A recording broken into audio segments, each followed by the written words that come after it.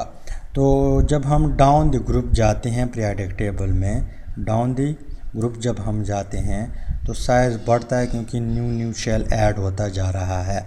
तो यहाँ पे आप लोगों ने आंसर ज़रूर बताना है कि किसका बॉन्ड लेंथ सबसे ज़्यादा और किसका बॉन्ड लेंथ सबसे कम। इसके अलावा यहाँ पे एक और भी चीज़ है, बॉन्ड ऑर्डर जो है, बॉन्ड ऑर्डर, इसके ऊपर बॉन्ड लेंथ डिपेंड करता है। तो bond order is inversely proportional है, यानी जब बॉन्ड ऑर्डर ज़्यादा होगा तो बॉन्ड लेंथ कम होगा। बॉन्ड ऑर्डर से बॉन्ड लेंथ का इन्वर्सली रिलेशन है। जैसे यहाँ पे मैं आप लोगों को एग्ज़ाम्पल देता हूँ, कार्बन कार्बन, यानी यहाँ पे बॉन्ड ऑर्डर आप लोग सेम एटम में उसकी बीच बॉन्ड ऑर्डर 1 भी हो सकता है, उसकी बीच बॉन्ड ऑर्डर 2 भी हो सकता है, या उसकी बीच बॉन्ड ऑर्डर 3 भी हो सकता है। या सिंपल अल्फाज में मैं आप लोगों को बता दूं कि जब सेम एटम हो और इसमें एक बॉन्ड हो तो बॉन्ड लेंथ क्या होगा, यहाँ पे ज़्यादा होगा। इसके अलावा अगर सेम एटम है, वहाँ पे बॉन्ड की तादाद ज़्यादा हो रहा है तो बॉन्ड लेंथ कम होता जाएगा। यहाँ पे बॉन्ड भी लिख सकते हैं, bond is inversely proportional to bond length, यानी जितने ज़्यादा बॉन्ड होंगे किसी आइडेंटिकल एटम के बीच तो बॉन्ड लेंथ उतना कम होगा। यहाँ पे कार्बन कार्बन 3 की बीच यहाँ पे आप लोग देख लें ट्रिपल बॉन्ड है। अब यहाँ पे बॉन्ड ऑर्डर कितना आता है, बॉन्ड ऑर्डर आता है 3, यहाँ पे बॉन्ड ऑर्डर आता है 2, यहाँ पे बॉन्ड ऑर्डर आता है 1। तो बॉन्ड ऑर्डर जितना ज़्यादा होगा बॉन्ड लेंथ वहाँ पे कम होगा। तो यहाँ पे अगर आप लोग इसका जो लेंथ देख ले यहाँ पे, तो इसका लेंथ है 1.20 एंगस्ट्रॉम। यहाँ पे अगर हम बॉन्ड लेंथ देख ले तो बॉन्ड लेंथ है 1.34 एंगस्ट्रॉम। इसके अलावा यहाँ पे अगर हम देख ले तो बॉन्ड लेंथ है 1.54 एंगस्ट्रॉम। तो बॉन्ड ऑर्डर यहाँ पे ज़्यादा है, तो जहाँ पे बॉन्ड ऑर्डर ज़्यादा होगा वहाँ पे बॉन्ड लेंथ कम होगा। तो बॉन्ड लेंथ यहाँ पे सबसे कम है, फिर इसका कम, फिर इसका सबसे ज़्यादा। तो बॉन्ड ऑर्डर यहाँ पे सबसे कम, बॉन्ड लेंथ ज़्यादा। तो इन्वर्सली रिलेशन रखता है बॉन्ड ऑर्डर से या बॉन्डों से। इसके अलावा यहाँ पे मैं आप लोगों से एक क्वेश्चन पूछता हूँ। क्वेश्चन है नाइट्रोजन के बीच सिंगल बॉन्ड है, यहाँ पे दो हाइड्रोजन अटैच है, राइट, ऑप्शन ए। इसके अलावा यहाँ पे ऑप्शन बी है, नाइट्रोजन और नाइट्रोजन के बीच डबल बॉन्ड है, एक हाइड्रोजन अटैच है। और ऑप्शन सी है, नाइट्रोजन के बीच ट्रिपल बॉन्ड है। अब यहाँ पे ये बॉन्ड लेंथ और ये बॉन्ड लेंथ, किसका बॉन्ड लेंथ ज़्यादा होगा, किसका बॉन्ड लेंथ कम होगा। तो यहाँ पे कम बॉन्ड लेंथ जो है वो आप लोगों ने मुझे कमेंट बॉक्स में ज़रूर बताना है। तो उम्मीद करता हूँ वीडियो की समझ आई होगी। अगर वीडियो की समझ आई है तो वीडियो को लाइक करें, शेयर करें, चैनल को सब्सक्राइब करें। अगर आप लोग पेज पे देख रहे हैं तो पेज को भी फॉलो करें ताकि हम बार बार मिलते रहें और एक दूसरे को ग्रो करने में एक दूसरे का साथ दे सके। Finally thanks for watching.